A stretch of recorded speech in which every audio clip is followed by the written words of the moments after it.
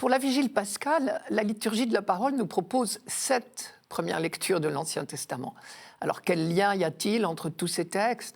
On peut se demander pourquoi ils ont été choisis, ceux-là particulièrement, pour la célébration qui est la plus importante, la plus festive de toute l'année. La clé est à chercher évidemment du côté de la Pâque juive, car notre Pâque chrétienne est dans la continuité de la Pâque juive. Et c'est dans le Targum de la Pâque que nous trouvons notre réponse. Alors je vous rappelle d'abord ce qu'est un Targum. C'est une traduction du texte hébreu de l'Ancien Testament en araméen.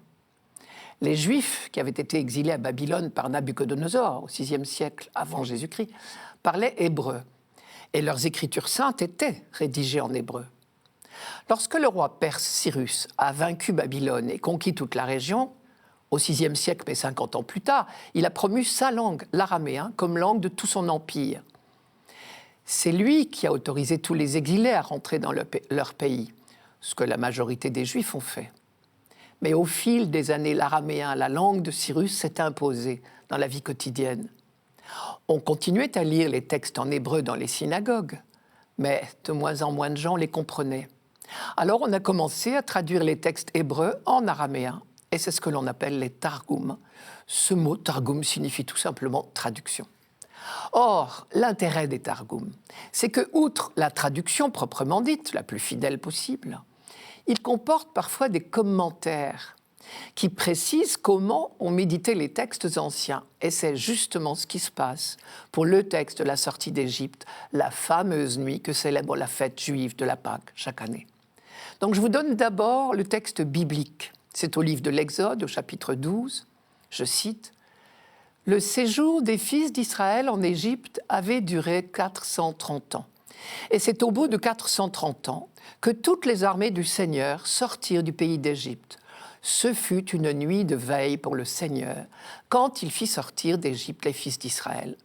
Ce doit être pour eux de génération en génération une nuit de veille en l'honneur du Seigneur. » Voilà la traduction littérale de ce texte en araméen.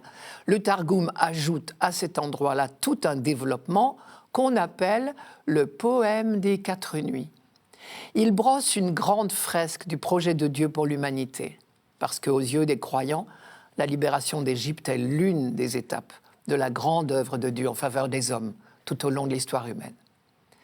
Ce poème des 4 nuits commence ainsi. 4 nuits sont inscrites dans le livre des mémoires. 4 nuits, c'est-à-dire celle de la création, celle de l'épreuve d'Abraham offrant son fils Isaac, celle de la sortie d'Égypte et celle enfin qui verra la fin du monde. Alors je vous donne le poème des 4 nuits. C'est une nuit de veille et prédestinée pour la rédemption au nom du Seigneur, au moment où sortirent d'Égypte les enfants d'Israël libérés. Or, 4 nuits sont inscrites dans le livre des mémoires. La première nuit, quand le Seigneur se manifesta sur le monde pour le créer, le monde était confusion et chaos, et la ténèbre était répandue à la surface de l'abîme. Et la parole du Seigneur était la lumière qui brillait, et il l'appela première nuit. La deuxième nuit, quand le Seigneur apparut à Abraham, âgé de 100 ans, et à Sarah, sa femme, âgée de 90 ans, pour accomplir ce que dit l'Écriture. Est-ce que Abraham, âgé de 100 ans, va enfanter? Et Sarah, sa femme, âgée de 90 ans, enfanter? Et Isaac avait 37 ans lorsqu'il fut offert sur l'autel. Les cieux descendirent et s'abaissèrent, et Isaac vit les perfections, et ses yeux s'obscurcirent à cause de leur perfection. Et il l'appela seconde nuit. La troisième nuit, quand le Seigneur apparut aux Égyptiens au milieu de la nuit, sa main tuait les premiers-nés des Égyptiens et protégeait les premiers-nés d'Israël pour que s'accomplît l'Écriture. Mon fils premier-né, c'est Israël. Et il l'appela troisième nuit. La quatrième nuit, quand le monde arrivera à sa fin pour être racheté, les jougs de fer seront brisés et les générations perverses seront anéanties. Et Moïse montera du milieu du désert, et le roi Messie viendra d'en haut. L'un marchera à la tête du troupeau, et l'autre marchera à la tête du troupeau, et sa parole marchera entre les deux, et moi et eux marcherons ensemble. Eh bien, nos 7 lectures de la Vigile pascale reprennent exactement ce cheminement dans le grand projet de Dieu, ce que saint Paul appelle son dessein bienveillant.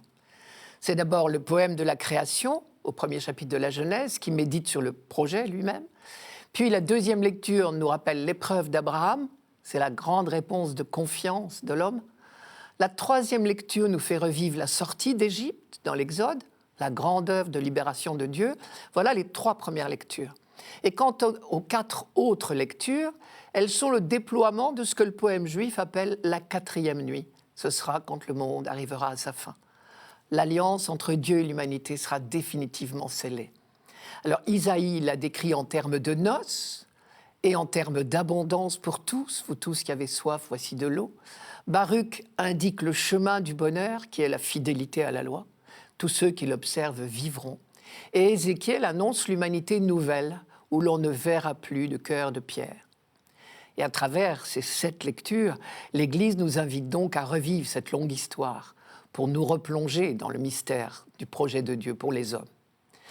Et alors, plusieurs de ces textes sont lus à d'autres occasions au cours des 3 années liturgiques. Mais d'autres ne nous sont jamais offerts en dehors de la vigile pascale.